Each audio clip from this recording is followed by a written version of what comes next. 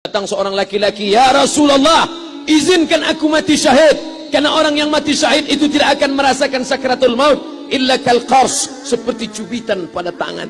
Izinkan aku mati syahid, karena kalau aku mati syahid tidak akan ada azab kubur. Izinkan aku mati syahid, karena kalau aku mati syahid tidak akan ada hisab, langsung masuk surga." Nabi bertanya, "Alaka min ummin, ibumu masih hidup? Ibumu ada di rumah?" "Ya." "Ilzam rijlaiha fathammal jannah." Urus tapak kakinya, akan kau dapati surga di sana. Haji Halim sedang menunjukkan begini cara sayang kepada ibu. Wahai kalian yang tak menghormati ibu, yang menyepelekan ibu, yang merendahkan ibu. Malam ini lihat, beliau tidak ada ceramah, tidak ada tausiah, tapi langsung dibuat begini cara menghormati ibu. Ini sekarang banyak orang tak menghormati ibu. Berapa banyak ibu yang awalnya bantu-bantu, lama-lama jadi pembantu. Dulu dia tidak tarawih, kenapa? Karena kita menangis merengek di rumah. Sekarang di hari tuanya dia tidak tarawih juga. Kenapa? Dia menjaga cucunya. Berapa banyak itu terjadi? Jangan sampai. Dia tidak pernah menolak cucunya, dia sayang. Tapi kita yang berpikir, berapa kali dia tidak jadi sholat duha karena kita kencing di kaitnya. Berapa kali dia tidak tarawih karena kita menangis merengek sampai subuh datang.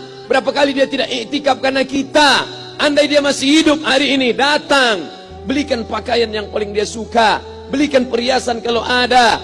Andai tidak cium tangannya, tapi yang sudah meninggal dunia, jangan lupa kau doakan, Rabbil firli wali walidayya warhamhuma kama rabbayani shaghira. Berdoa pun kau tak mau, apalagi yang akan kau bawa menghadap Allah SWT. Meregang nyawa dia melahirkan engkau, 9 bulan 10 hari kau menumpang di perutnya, 2 tahun kau menyusu, melahirkan, menetes darahnya dalam badanmu. Andai kau gendong dia dari Palembang, jangan sebut Palembang lah Pak Ustaz, dari Pekanbaru Riau, kau gendong dia sampai ke Makkah, kembali lagi, belum tentu dapat menebus satu teriakannya saat melahirkanmu. Lalu apa yang bisa kau lakukan? Datang seorang ibu pergi ke tempat servis HP. "Nak, tolong anak lihatkan HP saya rusak kayaknya." Dia periksa, "Ini enggak rusak, Bu." Terus, "Memang anak ibu enggak nelpon." "Kenapa kau tidak telepon?" Datang dia ke rumah anaknya, "Nak, ibu enggak ada uang mau buka puasa, bisa minjam 100.000? Apa kata si anak? "Sebentar ya Ma, aku tanya istriku dulu." "Ini Ustaz dapat dari mana?" "Ada yang kirim WA grup." Jadikan ibumu seperti raja, maka rezekimu akan diberikan Allah seperti rezeki raja-raja. Bukan hadis, dapat dari grup WA. Ini ibu minta terus sholat tarawih, tapi sang anak sudah tidak bisa. "Aku mau hentikan saja sholat tarawih ini, karena mau buat tenda ini tidak bisa. Tiangnya bambu, sudah bocor. Kita stop saja sholat tarawih bersama ini." Apa kata si ibu? "Buatlah sholat tarawih terus, nanti Allah akan berikan engkau gedung yang besar. Dengan gedung besar itu kau akan tetap sholat tarawih." Mana gedung besar itu? Inilah dia gedung besar. Langsung dikabulkan Allah Subhanahu wa ta'ala. Karena setelah Allah, langsung orang tua. "Wa qadha rabbuka alla ta'budu illa iyyah." Allah sudah wajibkan engkau menyembah Allah. Setelah Allah, "Wa bil walidaini ihsana." Kedua orang tua. Jangan kau lawan ibumu. Kayak anak-anakku, jangan kau lawan ibumu.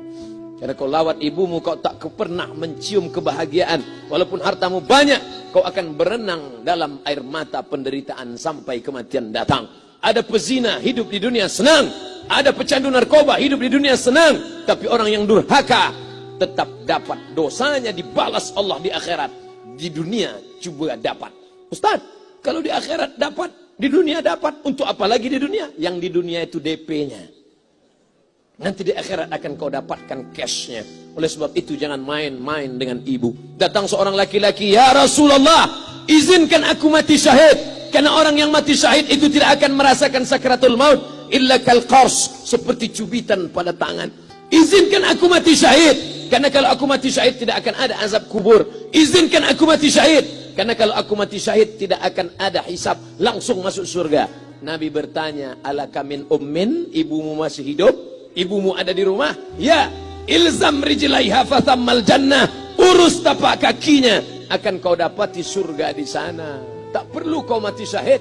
tapak kakinya kau urus, kau dapat di surga di sana. Kalau tapak kakinya kau urus dapat surga, apalagi kau urus kepalanya, apalagi kau urus badannya.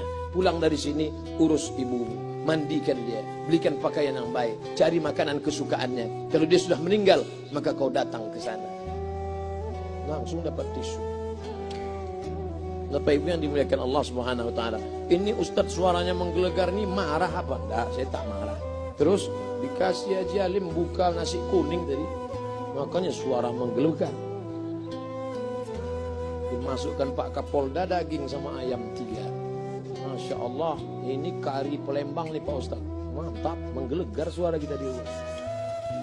Bapak Ibu yang dimuliakan Allah Subhanahu wa taala, datang seorang laki-laki, kata Nabi sallallahu alaihi wasallam, nanti akan ada laki-laki yang datang kemari minta doanya, doanya kabul. Sahabat heran, kami yang hidup sama Nabi, kami yang perang sama Nabi, kami yang jihad sama Nabi, kenapa mesti minta doa dia? Dia tidak pernah ketemu Nabi.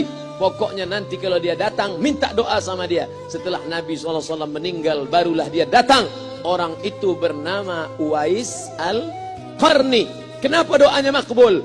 Dia merawat ibunya. Kalau ibumu kau rawat, doamu dikabulkan Allah Subhanahu wa taala. Apa yang kita lihat malam ini adalah buah bakti kepada seorang ibu. Ya Rasulullah, man ahaqqun nas bi husni sahabati? Siapa yang paling layak mendapatkan baktiku? Ummuka. Siapa lagi? Ummuka. Siapa lagi? Ummuka. Ibumu, ibumu, ibumu. Tsumma man? Siapa lagi? Abuka. Kami, Ustadz Jenderal Bintang 5, alim ulama, kami hanya dapat 1, sedangkan kalian ibu dapat 3. Ibumu, ibumu, ibumu. Kenapa ibu dapat 3? Karena ibu bisa melakukan 3. Ibu mengandung, ibu melahirkan, ibu menyusukan. Kalau bapak mau dapat 3, coba yang 3 ini. Pulang dari sini, pergi ke tempat jual kelapa muda, beli 1. Jangan dibelah, ikat di perut 9 bulan 10 hari. Kalau mau merasakan melahirkan, pulang dari sini, pergi ke tempat jual mangga. Telan bulat-bulat, keluarkan bulat-bulat. Emang enak jadi perempuan. Mereka luar biasa. Tanya ibumu, berapa kali dia meninggalkan puasa Ramadan? Saat mengandung engkau, 30 hari dia tak puasa. Saat menyusukan tahun pertama, 30 hari dia tak puasa. Saat menyusukan tahun kedua, 30 hari dia tak puasa. Saat dia mau ganti qadha tahun berikutnya, adik mau menyusul. Hari ini dia belum mengqadha puasanya, dia terhutang di hadapan Allah. Lalu apa yang bisa kau lakukan? Malam ini betul-betul disadarkan. Alhamdulillah, ibu saya masih hidup, umurnya 70 tahun. Saya akan pulang dari kajian malam ini. Nampaknya malam ini saya yang ceramah, saya yang tausiah. Tapi saya mengambil pelajaran. Pulang dari sini, saya akan lebih sayang pada emak saya. Saya lebih cinta kepada ibu saya. Saya malu, saya hanya pandai berceramah, berkata. Tapi orang sudah mengamalkannya langsung.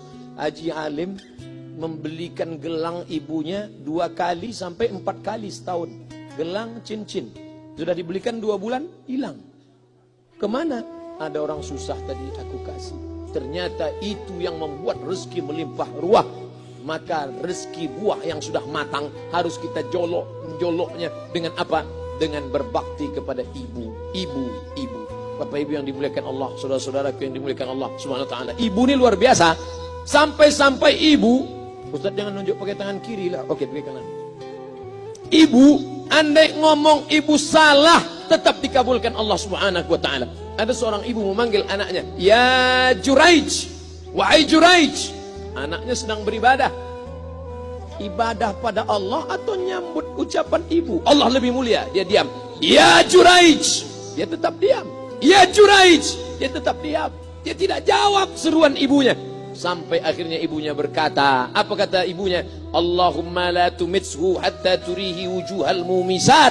Jangan matikan Juraij sebelum matanya melihat wanita, maaf, tunasusila. Jangan matikan Juraij sebelum matanya melihat wanita tunasusila, WTS PSK, orang nakal, orang jahat. Tidak mungkin ahli ibadah matanya melihat orang jahat. Tapi takdir berkata lain. Tak lama setelah ucapan sang ibu, ada seorang WTS PSK hamil. Tidak diketahui suaminya, ditangkap, ditanya, "Siapa yang menghamilimu?" Apa kata si perempuan? yang menghamiliku adalah Juraij. Sampai Juraij ketika difitnah, perempuan wanita susila itu ditanya, siapa yang menghamilimu? Ternyata dia berkata, Juraij. Akhirnya mereka menangkap Juraij. Juraij, ternyata engkau selama ini pura-pura saja menjadi pelaku ibadah. Engkau ternyata sudah menghamili perempuan ini. Mereka menghancurkan tempat ibadah Juraij. Tapi kemudian Juraij sabar. Dia katakan, nanti tunggu anak itu lahir, kalian baru tahu. Setelah tak lama anak itu pun lahir. Dan mereka bertanya kepada anak kecil yang belum bisa bicara, ya gulam, wahai anak kecil, man abuka, who is your father? Siapa bapakmu? Hai anak kecil, siapa bapakmu? Juraij menusuk pusar anak itu dengan telunjuknya. Dia mau tunjukkan kepada orang ramai bahwa dia tidak salah, dia tidak pezina, dia tidak melakukan perbuatan dosa. Ya gulam, hai anak kecil, man abuka, siapa bapakmu? Apa kata anak kecil itu? Cowboy. Ko sapi. Boy penjaga sapi. Pengembala sapi. Bapakku pengembala sapi. Barulah orang Yahudi tahu ternyata Ra'il Ghanam yang menghamili PSK perempuan jahat tadi adalah penggembala sapi. Lalu kenapa fitnah itu terjadi? Allah mengabulkan doa si ibu sebelum Juraij mati. Matanya pernah melihat wanita tuna susila. Oleh sebab itu ibu jangan sampai kalau marah sama anak memanggil anak dengan kata-kata yang tak baik. Setan. Hantu. Kalaupun marah panggil dia, calon wali kota. Kalau marah betul, calon gubernur. Sini sebentar. Doa ibu dikabulkan Allah Subhanahu wa taala. Saya setahun setiap bulan Februari ceramah di Kuala Lumpur seminggu. Kuala Lumpur, Selangor, Sarawak, Kuching, kemudian Malaka, Ipoh, Negeri Sembilan. Ketika saya tausiah datang ibu-ibu makcik Malaysia. Assalamualaikum, waalaikumsalam. Ustaz Somad, ya. Saya nak jumpa dengan emak Ustaz. Loh, ngapa jumpa emak saya? Jumpa saya lah. Ustaz pasti dididik oleh seorang ibu. Saya ingin jumpa ibu Ustaz. Saya sangka dia mau jumpa saya. Ternyata ibu di tengah para habaib, diambil diri seorang profesor, dibalik diri seorang gubernur, wali kota, kapolda. Di dalam diri mereka ini adalah orang-orang luar biasa, tapi dilahirkan oleh perempuan-perempuan yang super luar biasa. Betul? Mereka ini semua dibesarkan perempuan. Makanya ada ungkapan al-jannatu tahta aqdamil ummahat, surga di bawah telapak kaki ibu. Tapi ada yang mengatakan itu dulu Pak Ustaz. Sekarang sudah berubah, surga di bawah telapak kaki babysitter. Karena banyak yang menitipkan anaknya kepada penitipan anak. Jangan Bu, walaupun kau wanita karir, tidak seberapa itu. Tidak dapat kau tebus kehilangan masa-masa manja mereka dengan pendidikan. Ini banyak ibu-ibu sekarang sudah tidak lagi mengurus anaknya. Padahal 6 tahun pertama, the golden age, usia emas, ibu harus ikat hubungan emosional dengan anak. 2 tahun pertama, susukan. 2 tahun kedua, lompat-lompat, lari-lari, lucu-lucu. 2 tahun ketiga, mulai menghafal surat-surat pendek. Umur 7 tahun, baru dia sholat. Begitu. Sekarang banyak. 2 tahun pertama, dia titipkan ke Al-Baqarah, sapi betina. 2 tahun kedua, dia titipkan ke PAUD dan BUUD. 2 tahun ketiga, dia titipkan ke TK. Akhirnya anak putus kontak. Setelah anak remaja, baru ibunya nanya, Ustadz, kenapa anak saya lebih mau curhat sama pacarnya daripada sama saya? Karena anak sudah lost contact, putus hubungan dengan ibu. Itulah yang dulu dikejar dengan wanita karir. Pergi pagi, pulang petang, peras keringat, banting tulang, tunggang langgang, lintang pukang. Tak dapat kau tebus dengan apapun. Oleh sebab itu, kalau kau sayang kepada mereka, besarkan mereka. Nanti setelah dia SMP, kau tetap bisa berkarir, tetap bisa apapun. Tapi usia emas ini tetap jaga mereka. Di balik anak-anak yang luar biasa, ada ibu yang luar biasa. Di mana letak ibu luar biasa itu? Inilah dia, ibu-ibu semua insya Allah. Amin.